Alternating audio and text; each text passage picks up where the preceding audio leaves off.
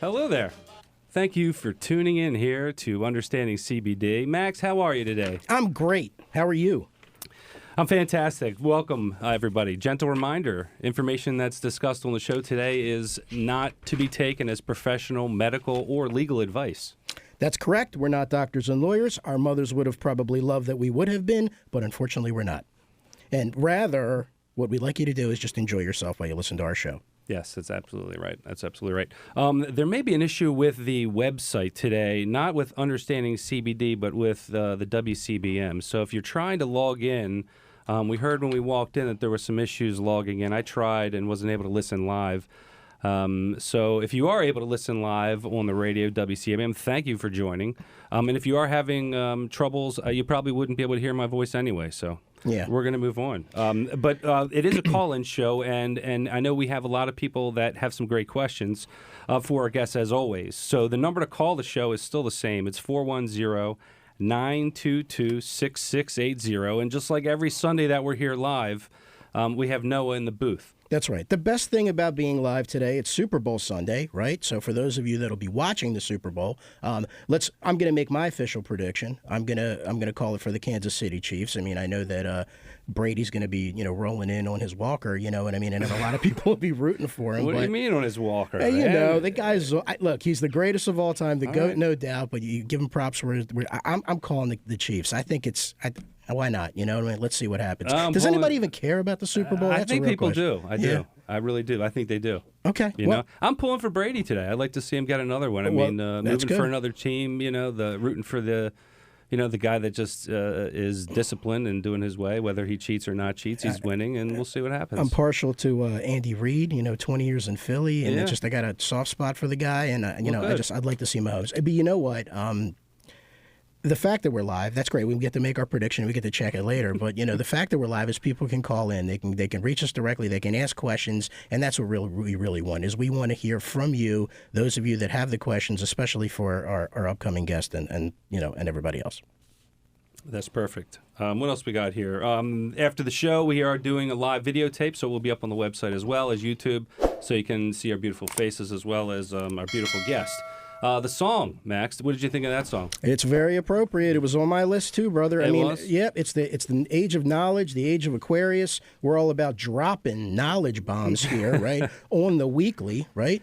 Yeah, I mean, it's interesting. We're always watching the stars. Actually, we're in Mercury in retrograde currently. Yep. So if you find the technology things don't work out right for you, or you may be missing some words, it's because of that. Maybe the WCBM.com website live feed is down I'm because of not saying. Mercury retrograde, It is very possible. It's very possible. But anyway, we have a great show for you all today. Thanks for tuning in. We have Doc G's Corner. He'll be answering a lot of your questions as always. I don't know if you remember, Max, episode 46. Episode 46. We talked about cannabis as a treatment. We had a guest on, was very helpful in that area. Definitely CEO of two companies. In Maryland, Cannabis MD and TPAD. Yep. Currently a student at University of Maryland Pharmacy School for a cannabis program. And we're welcoming her back to the show right now. Jackie. We had such a great reception, Jackie, that we didn't get to everything that we wanted to. So welcome back. Thanks for joining us again. Well, thank you so much for having me back. And I did really enjoy your lead-in with Age of Aquarius, and absolutely acknowledging that Mercury is in retrograde. As I was on to get some homework done for that grad program, it's like, I had some snafus. Also, remember, don't sign any contracts. Yeah. So I think it's, We take that serious. We take that more seriously than you think, actually. And it is honest. Last year, Max and I did not go along with our gut during the retrograde, and we ended up paying for it. So now on our business calendar, we have the 3 weeks of Mercury retrograde marked for a time of exploration and learning, and making sure that we're collecting as much information as we can and being aware of everything that's around us and so forth. So we're excited to have you here this month, especially not that, for a number of reasons, but one, that it is Black History Month and social equity and and the issues around the cannabis industry is something that's really near and dear to your heart. So we have a lot of questions about that because it's really something that there's just so many questions. People just don't know, and it's one of those things that we'll really love you to bring some awareness to today. How has things been going for you lately? I know the Maryland has had some legislative sessions kick back up, and there's some bills on the table. Have you had a chance to dig into any of them, and what are your thoughts? Oh, my gosh. Yes, I actually read the 83 pages of Senate Bill 708, which essentially legalizes medical cannabis in Maryland, making it legal for adult use, recreational use. And there's some really key ingredients in that bill that I'm very excited about that absolutely address social justice, social equity, as well as criminal justice. And and this one has the head of the Senate on board. I mean, he's one of the sponsors of the bill. So it's exciting to see how serious Maryland is getting. As I say, it's the third try now to get it right on social equity. You know, Stephen and I, Lord knows, we don't necessarily love politics, and we love lobbying even less. But, you know, the one nice thing is that this is a totally bipartisan thing. I love that. I love that cannabis just crosses all borders, you know? I don't know. No, you wouldn't say? Honest with you on, yeah, I mean, what it does is actually, if somebody has a personal experience where they've been introduced to cannabis, it actually does cross party lines. In that case, well, good. Particularly of note is John Boehner. So John Boehner, who was from Ohio, who was so vocal anti-cannabis, but he is actually now part of a cannabis company, but he had a personal experience that helped shift his views. All right, so that actually makes sense. So there are a lot of different issues. Cannabis is a big topic. So there's a lot of, there are some things that everyone can agree on, and then there's some that are still, kind of split, it sounds like. Absolutely. And the social equity piece is why it's split, which is probably why you're putting your energy there, because it needs it.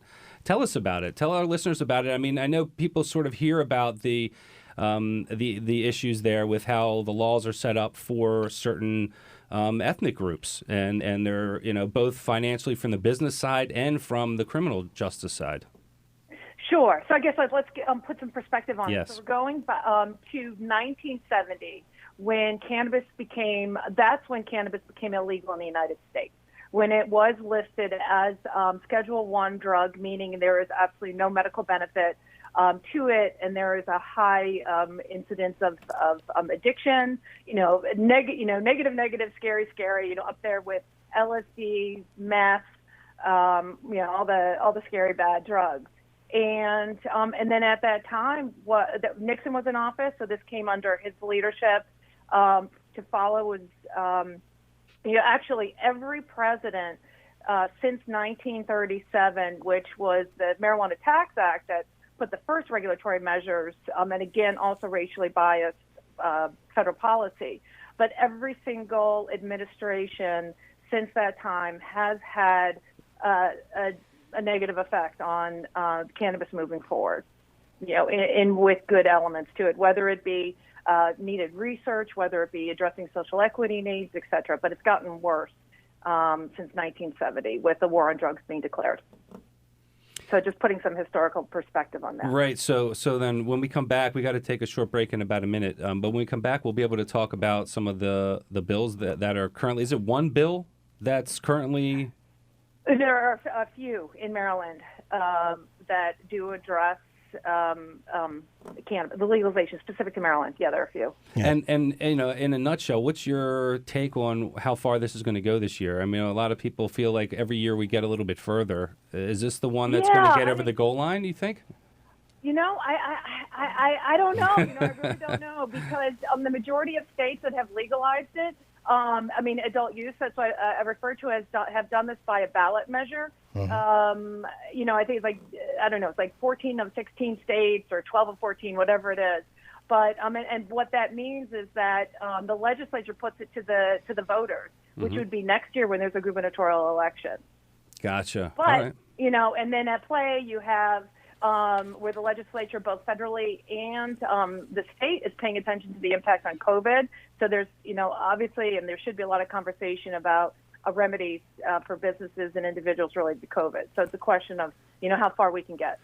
Well, it's nice to see that they would see this as a remedy for COVID. How's that? What does that sound like? Yeah, well, what people do is they look to the impact of the legalization on Colorado, where the school programs, they've been significantly improved. The educational programs there, I've got a friend whose grandchildren are Colorado schools. It's also interesting to point out that when a state establishes its regulatory measures, is that actually a municipality can opt out.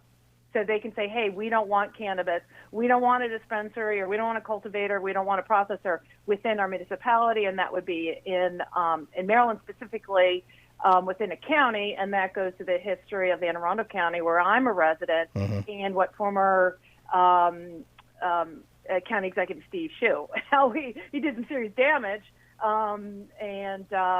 It's remedied, but yet who got licenses and who doesn't is really interesting to see in the politics that come into play. Yeah, we know how that stuff works. Yeah. What are we coming up on the break here, Steve? Yeah, it looks like we are. Okay, very good. All right. Noah left the room. That's all right. Yeah, it's no problem. We'll just keep going. That's great. No, we have a couple things we want to definitely mention when we come back. Jackie's got a couple events coming up where you guys can get involved with what's happening here locally in Baltimore and in Maryland. So please stay with us, and we'll be right back. Welcome back, everybody. Understanding CBD. I am Stephen Wallman. I am Max Sobel. We're with Jackie Cohen-Roth today. Jackie, Hi, Jackie, you with us? Did you make it back after the break? Jackie? Talking to me? Jackie? No, this is me. This is Doc. Oh, we lost Jackie. And we have Doc G on the line? Hey, Doc. Hey. Hi. Mercury retrograde. How you guys doing? Good, Doc. Doc G. How are you? We'll try and get Jackie back on the line. I'm gonna admit you in the Zoom room since let's just bring everybody in and just have a whole conversation with everybody. Jackie, as soon as we get you back on, this is Doc G. Doc G, Jackie. Everybody meet everybody. I don't think she can hear us yet. We're trying to get her back on the phone. We want to get Jackie back on the line. Noah's going to call her back because we want to button up some of the stuff that's going on in the Maryland legislature. What's happening with you, Doc G, today? What's the snow going on down there in Silver Spring? Oh, it's sunny out and the snow is melting. Beautiful. Good. Yeah, we had a beautiful morning. I was up early walking the dogs around 7, and it was big flakes, and it wasn't really too cold. So it's a beautiful time in Baltimore. Sounds like we got Jackie back. Hi, Jackie. Yeah. Oh, good. You just interrupted me getting ready to tell a poop story of my dog. So thank you for coming back just in time, Jackie. To button up the legislative activity in the Maryland session, what's our takeaway here so we can move on with you, Jackie? Sure, yeah. So some really great elements in there that the bills, that they look at discrimination by employers of medical cannabis patients.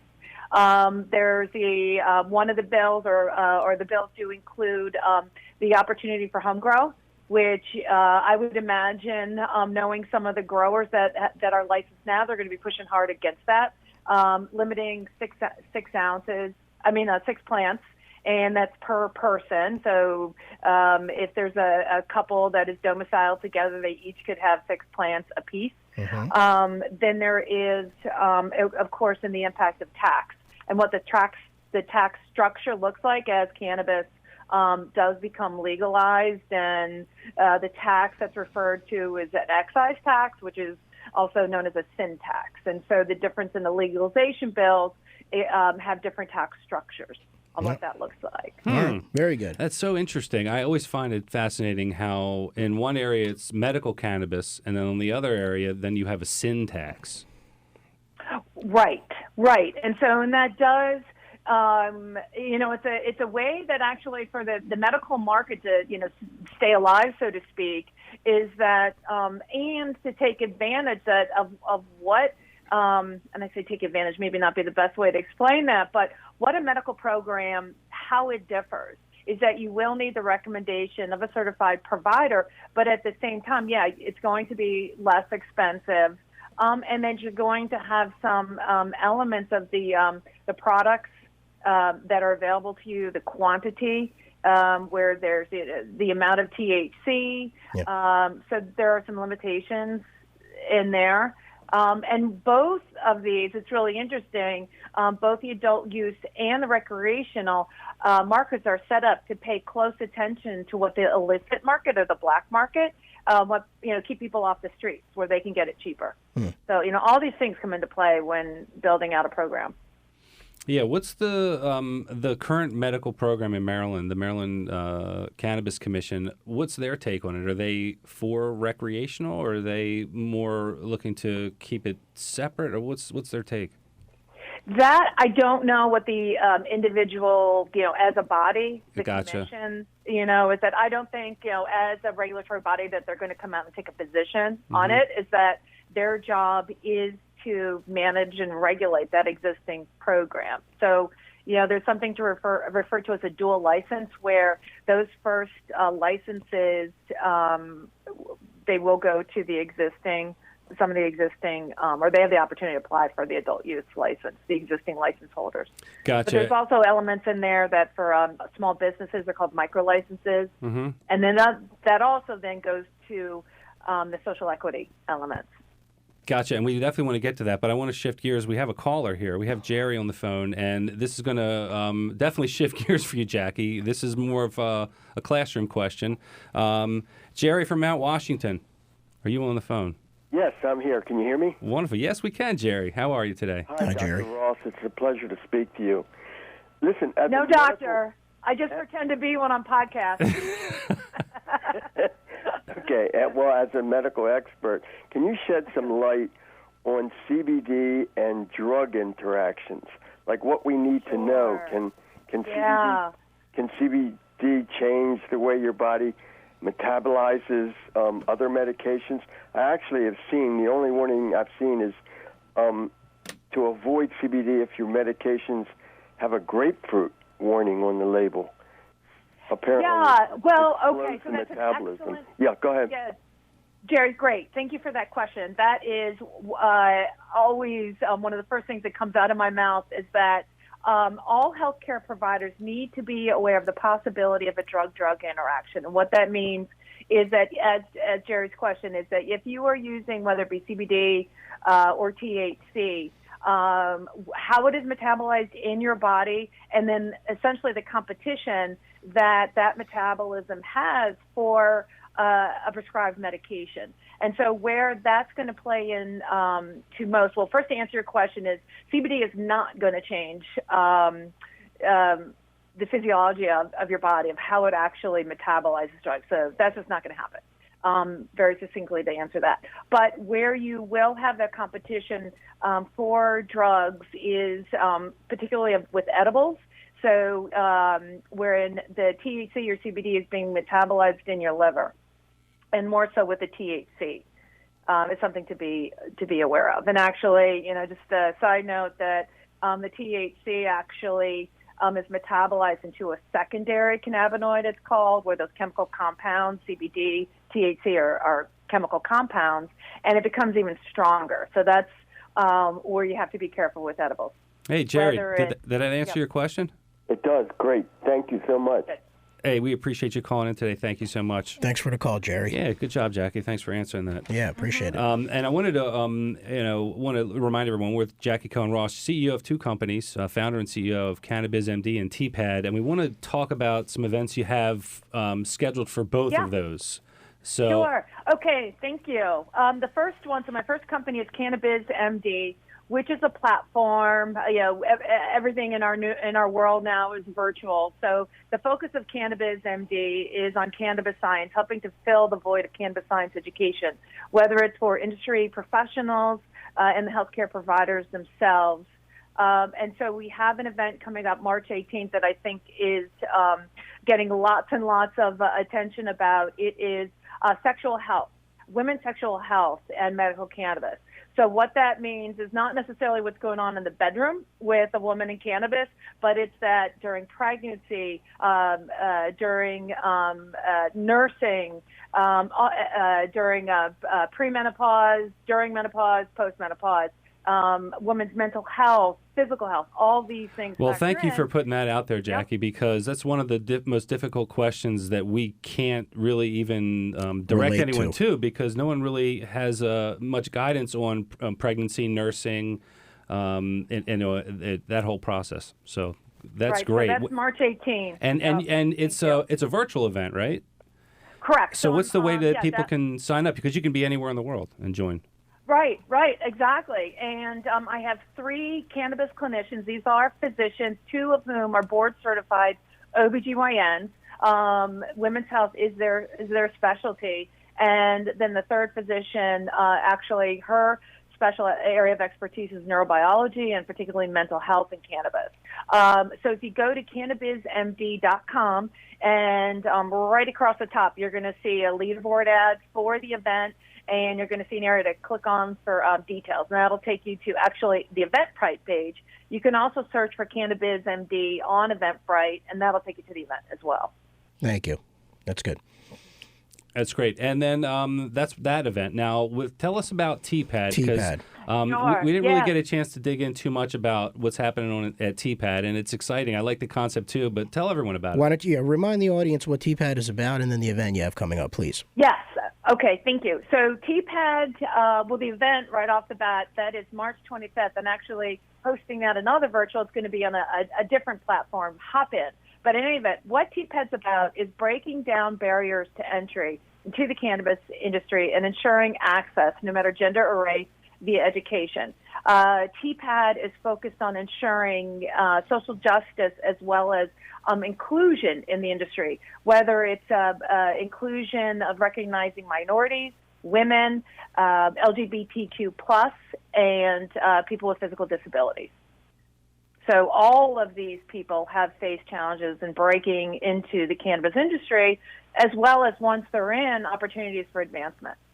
So what TPAD does through our events, we have traditionally we've had a keynote speaker, and that kicks off a really provocative conversation on, as what I say, the injustice currently looks like in the cannabis industry, and how do we actually get to a point where there is social justice and there is inclusion and there all of these critical elements. Who typically attends the event? So we have had a range of folks, mostly industry professionals, those folks also that are interested in becoming professionals in the cannabis industry, whether that they are in the college students all the way up to, again, we've actually had the legislators themselves come and attend TPAD events. And how does one attend one of these events? Virtual as well, I'm sure, right? Right. So this is virtual, but so going back to the history, a bit about TPAD, and more of it's on tpad.co. That's TEAPAD.co. TPADs, borrowing the history of these were speakeasies in the 20s and 30s where American jazz was born. And these were spots that started off in Harlem with the migration of cannabis as people built communities coming out of, unfortunately, out of the slave trade, and that stain on American history. But these were spots where folks could use the cannabis without fear of prejudice or harm. And Cab Calloway, of course, our famous Baltimore jazz musician, Duke Ellington, Billie Holiday, Ella Fitzgerald. So I borrowed that history from the name of this organization. And so we have live jazz. We're going to accomplish that via actually getting a recording. Don't quite have the logistics on how this is going to work out, but live jazz is an integral part of every TPAD event. And then for this TPAD, I'm very excited that we're going to have a roundtable of folks that are representative who have had their own challenges in the cannabis industry. Very good and exciting, and I think a lot of people would want to join and sort of get some insight on. I also wanted to give you a chance to talk about some of your schooling, right? So Oh yeah. So here's something interesting. What have you learned this year, right, related to cannabis that you didn't know before in weed school? Well, I would say, so the program I started August 28th, 20, and this is where COVID, and time moves so quickly now. 2019, and who's counting? But I think I might be like 89 days away from finishing up my program. It ends on May 7th. But it's phenomenal, the amount of information and what we've studied. Certainly going back to where I left my pre-med program was because of organic chemistry. But I revisited it. And had to get through, and I did it with flying colors through cannabis chemistry, anatomy, biology, pharmacology, big science words like pharmacokinetics, how drugs work in your body, how your body works on drugs. We've learned how actually the ways that cannabis medicines are processed and made. And now I am in one of the courses that it's one of the reasons I enrolled in the program for my undergrad is policy and economics. So for policy and economics geeks, I'm really excited to be studying state and federal cannabis policy or laws and policy. So, for example, I had to write a paper the other night on recommendations on how Nebraska should build its medical cannabis program. Interesting. Well, we appreciate it because even though it's a battle that's been going on for a while, it's still pioneer time here. It's still just so early, and the decisions that are made now will really form the future. That's why this Age of Aquarius is relevant. Another thing that motivates us as well as you is something that we can talk about here before we let you go is Tikkun Olam and how that plays into all of this. That's it. Yes, thank you for bringing that up. Yeah, Tikkun Olam is a Hebrew phrase, Tikkun, as in Nancy, and then second word, Olam, and it literally means repair of the world. And so this guides my business principles and my personal principles is, what can I do to repair the world? And particularly in the cannabis industry is to acknowledge and repair and do work towards righting the wrongs of the war on drugs. Not only has it decimated communities and individual lives, but also science. Is because it is a Schedule I drug, physicians are so reticent to recognize the clinical efficacy of cannabis because 97% of them have not been educated on cannabis in their clinical training. Yeah, we appreciate that, Jackie. We have to take a break, so really quick, how can people get in touch with you real quick? Sure, JACQUIE at cannabismd.com. Thank you, Jackie. Be well. Have a great weekend. Thanks, guys, so much. Enjoy the Super Bowl. You betcha. Welcome back, everybody. How are you? Thanks for coming back. It's Stephen Wallman here. We got Max Sobel. Yes, sir. Everyone's favorite part of the show. We bring in our Top Gun, Dr. Benjamin Gonzalez from Atlantic Medical Wellness Center. Actually, Doc G had an early landing. He landed early show. today. Thanks for joining us earlier. I know. Thanks for joining the video audience that's going to be watching this, Doc G. No problem at all. First question, Doc G. Is it the Bucs or the Chiefs today? Well, I'm a fan of winners who want to stay winners. So the Bucs. I got a buddy of mine who's the team doctor for the Bucs.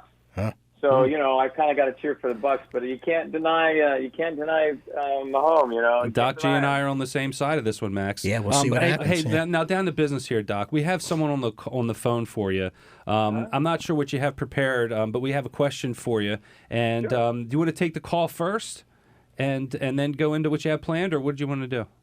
Sure. Let's take the call first, and I'll go right into all right, the great. Dr. G corner. All right, sounds good. We have Colton here. Colton, what's your question for Doc G? Hi, Dr. G. I was just curious, would it be safe to use CBD in my vaping? Oh, good question. Really good question. So the bottom line for now is I'm not a big fan of vaping and the delivery of medications through vaping unless that's the only way to get it into an individual system. There's a lot of lung disease associated with vaping, so I'm not a big fan of CBD in the vaping delivery system. That's a good, quick, short answer for you. Yes, yeah. So I think that's a pretty safe answer at this point because it's a new technology and condition you'll be. But the bottom line is, it's not. I do not consider vaping a safe delivery system for CBD at this point. That may change in the future as we get better with delivery systems, but as of now, no. Now, Colton, I are hope you that are you helps. talking about a vape device that you purchased, or are you talking about adding it to your vape device that you currently use? I was thinking of adding it to my my current device that I use, actually. But if it's not a safe way of doing it, then probably not Yeah. at this point. Yeah, I think that's probably the safest advice. Well, thanks for calling in, Colton. In fact, at the end of my Dr. G corner, keep listening, Colton, and at the end I'll address a little bit of that. All right. All right. So Thank you, Colton. I am Dr. Ben Gonzalez, and this is Dr. G's corner. So let's clear up something quickly. CBD or cannabidiol is not THC or tetrahydrocannabinol. Cannabinol. CBD is one of hundreds of chemicals found in the cannabis family of plants. Cannabis plants are divided into two categories, hemp and marijuana. I could go on about this technical, scientific, and plant biology aspects of the differences, but the bottom line is the single greatest difference between hemp and marijuana boils down to the amount of THC in the plant. Hemp has less than 0.3% THC, and by default, marijuana has greater than 0.3% of THC. This 0.3% distinction was an arbitrary number defined in 1979 by Canadian botanist Ernest Small, and that standard has stuck ever since. And to be clear, CBD from any source is CBD. What makes a CBD product legal is determined by the amount of THC, which must be less than 0.3%, and determined by state-to-state regulations. The best thing to do is check out your state Department of Public Health or public health website for specific rules and regulations surrounding CBD. Let's shift gears for a moment. CBD and THC are distinctly different compounds that have different effects on the body. They both affect different receptors in your body in a system called the endocannabinoid system. You naturally have receptors in this system. Think of these receptors as locks, and CBD and THC as the keys that open these locks. These keys open and close locks in different ways. When THC attaches to these specific receptors, it opens a series of chemical reactions that cause the psychoactive effects of a high. Unlike THC, CBD interacts with these endocannabinoid locks and blocks the ability of THC to attach, thus prevents the psychoactive effects. What CBD does as a key in the body is unlock a series of chemical reactions that leads to pain relief, calming of the brain, healing of inflammatory injury, and triggers restful sleep. CBD does not cause a high, rather it causes healing. And let me say that again. CBD does not cause a high, rather CBD causes healing. And that is a powerful concept to understand. All the fears of the use of CBD melt away, and moving forward with finding the right source of CBD becomes the focus towards improved health and wellness. There are different types of CBD products, oils, tinctures, topicals, and capsules, and like Colton had said, vapes and vaping, edibles and concentrates. It is my opinion, at this point in my research, that oils and tinctures and topicals are the best ways to deliver CBD for healing. And Colton, if you're still listening, vaping CBD has not been shown to be safe in the long run. And most edibles have not been shown to have a consistent level of delivery. Always look for an updated certificate of analysis that matches the product badge and is current when choosing a CBD product. And if you have any questions for the condition that you want to treat and improve or want to know whether CBD interacts with your medications, seek a medical expert who understands how CBD affects your medication specifically. So I know there are lots of questions about this. There are many questions I get asked concerning CBD use. Do not hesitate to direct message me on Instagram at BenGonzalez_MD or call my clinic at 301-622-2722 and ask me anything concerning CBD. Just mention that you heard me on the radio station. So guys, I hope that helps. Always does. Thank you, Doc. Love you, Doc G. Thanks so much. My pleasure. Not Love a you. high, but for healing. That's a great sentence. Thank you so much. Cheers, Doc. Be right back with Mail Sack. Thank you for coming back and staying with us, everyone, for your favorite segment known as Mail Sack. You've got mail.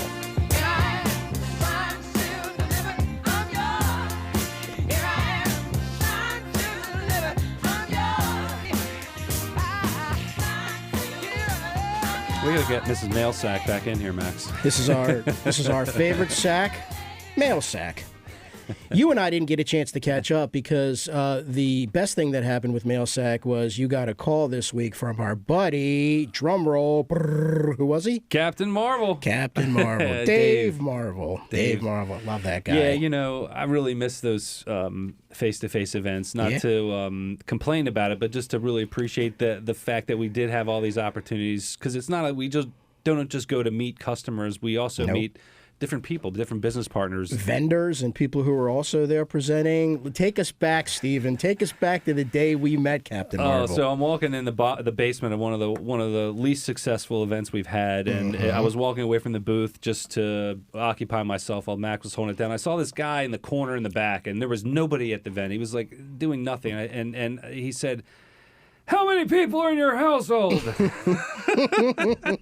Right. And at the time, I had my kids, but they were with me some of the time, and I gave him this story, and I said, well, I have 2 kids, and his magic number is 4. If you don't have 4, I didn't fit the mold either. Then you're dead to him. You Right. just mean nothing. His job is to get good quality opportunities for his company. Yeah. So I gave him this long answer to get to 3 , which was he needed 4. He told you to take a hike. Right. So anyway, we were talking for a little bit, and I able to talk to him and get him a better spot in the booth and in the event, and we talked a lot more and really became good friends and stayed in touch. It's been probably 2 years. It's been 2 years. He calls us all the time. He's been at a couple of, back when we still had events, we would see him a couple of times here and there. I miss the guy, but I love that he calls us. You wouldn't believe what he said this time. Go for it. Normally it's like he calls and orders some products for his friends and so forth. So this time was different. He said, "I got some gummies in the mail." No, say it like he said it. "I got some gummies in the mail." Okay, thank you. I needed that. Thank you. I need my Dave fix. And I don't know if they're going to mess with my medication or not. So what you're telling me is someone randomly sent our buddy Captain Marvel, well, look, questionable gummies. Dave's good at some things, but technology is not his thing. Okay, right? He's an old school guy. No. He'll have you believe that. Okay. That's what Dave's doing, and you know it. Well, he's not a technologist. So I asked him, "Hey, did you put your credit card in anywhere? Had anyone potentially gotten your information to send it?" And he said, "I don't know." So, long story short, I said, if you don't see a lab report and if it's not tested, taking it one time a gummy is not going to do the dramatic thing that you may expect. It's a CBD, like Doc G just said. It's not a high; it's healing. So with that little amount, you're really not going to have any major risk. If there's heavy metal in it, Well, Dave knows that spiel because he heard it from us so many times about the whole lab report thing. So I love that he called and told us about this gummy situation. But he only listens to how many people in your household. But he knows better. He knows better than to try some random gummy without a lab report. But okay, well, so but at least he called us. He did. Well, so listen to this. So then I'm walking around the house actually, and Grandpa Ted's walking down the stairs, and he stops. He says, "Hey, Steve." What, Dad? "Tom Hanks and his wife left Hollywood."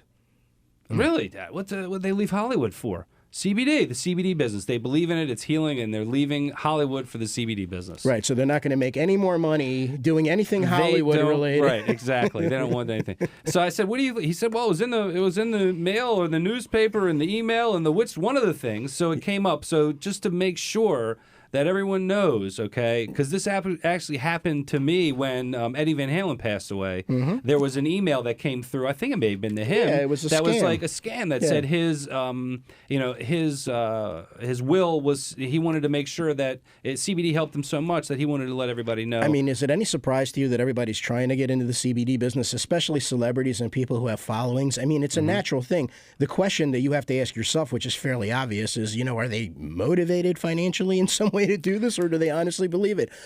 I can tell you one thing, that Stephen and I are definitely not motivated financially, because I tell you, it's been tough out there, Yeah. It's actually not necessarily the money machine everybody wants, especially if you're in it for the long term like us. It's all about reputation, and it's all about building up a credible brand. You and I always talk about this. This is, at the end of the day, we want people to know Max and Stephen stand for something, right? And that what we say is in the bottle. And I'm I'm not trying to make a plug, but this is our only opportunity during the show to actually plug our company. So why wouldn't we? But look, I'm honored that Dave would call. I'm honored that your dad's paying attention to CBD. By the way, he's a user. Yeah. So I'm happy to hear about that type of stuff. We'd like to thank some people. Yeah, definitely want to thank Jackie Cohen-Roth. Thank you for joining us again today, and hopefully we can have you back again soon. There's just so much to talk about with you. Doc G, thanks for the early entry. You helped us out. Noah, it's Mercury retrograde. It's not your fault, man. We love you, brother. It's all good, man. And everything's great. And let's thank each other. Let's thank Max and Stevens Premium Hemp Extracts for sponsoring this wonderful show that you see every Sunday. www.understandingcbd.com. Right there, you get all of these episodes. Any podcast service you use, check us out on there. Also videos, 443-743-2444. Call or text.